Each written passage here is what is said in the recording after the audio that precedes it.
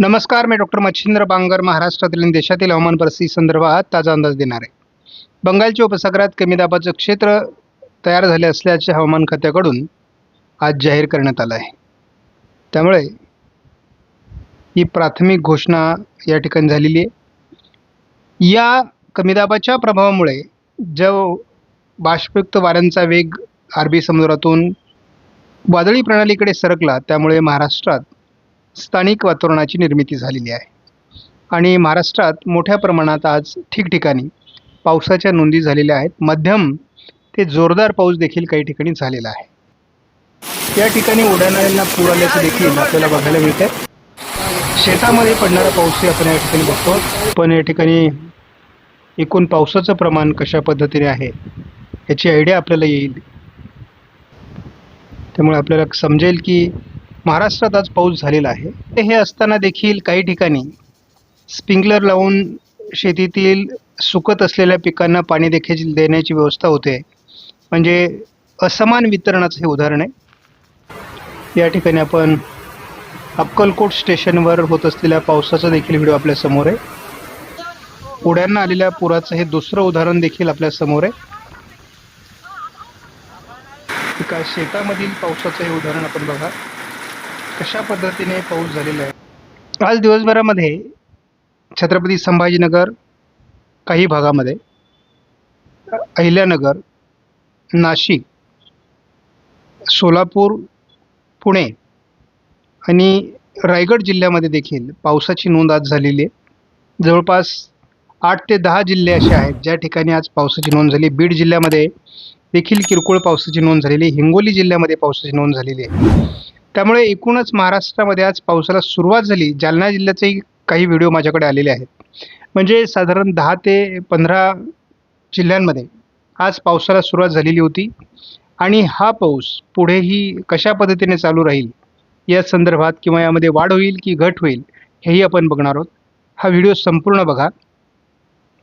समोर आज आपण एका आठवड्याचा महाराष्ट्राचा मॅप बघितला तर आपल्याला संपूर्ण महाराष्ट्रामध्ये विशेष पाऊस, सांगलीचा अपवाद वगळता कुठेही गेल्या आठवड्यामध्ये पाऊस झालेला नाही. म्हणजे साधारण 9 तारखेपासून तर 15 तारखेपर्यंत कुठेही पाऊस झालेला नाही.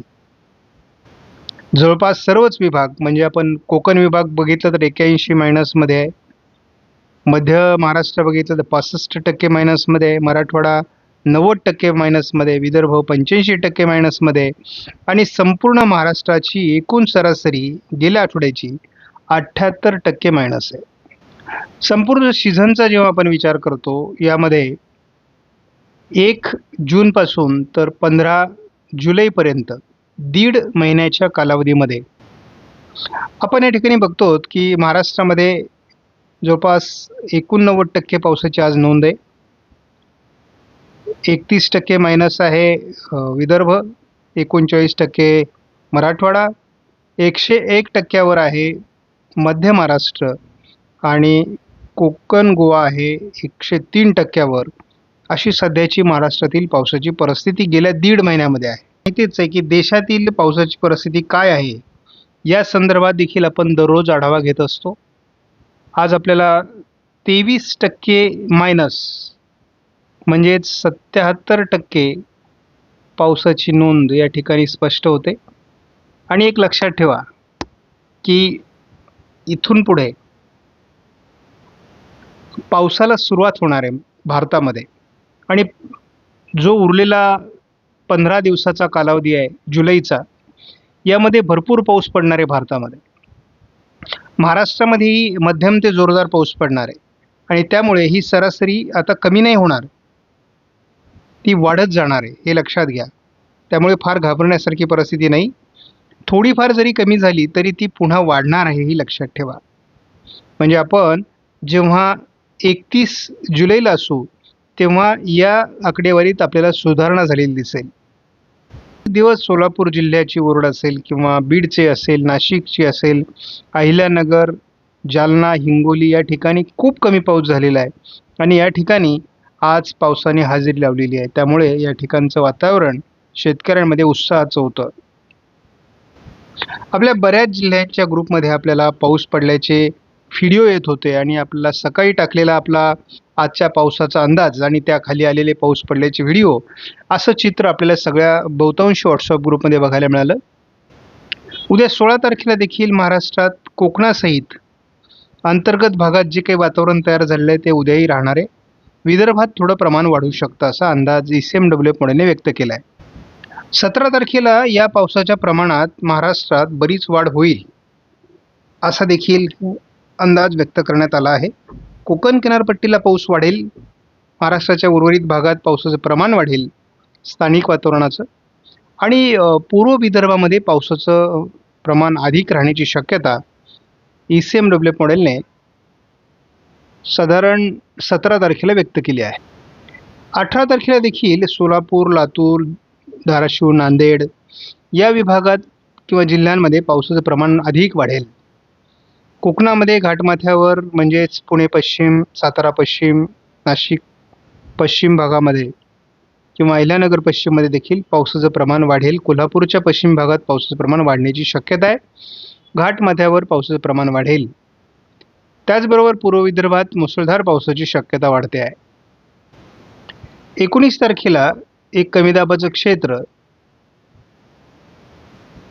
मध्य प्रदेशकडे सरकते.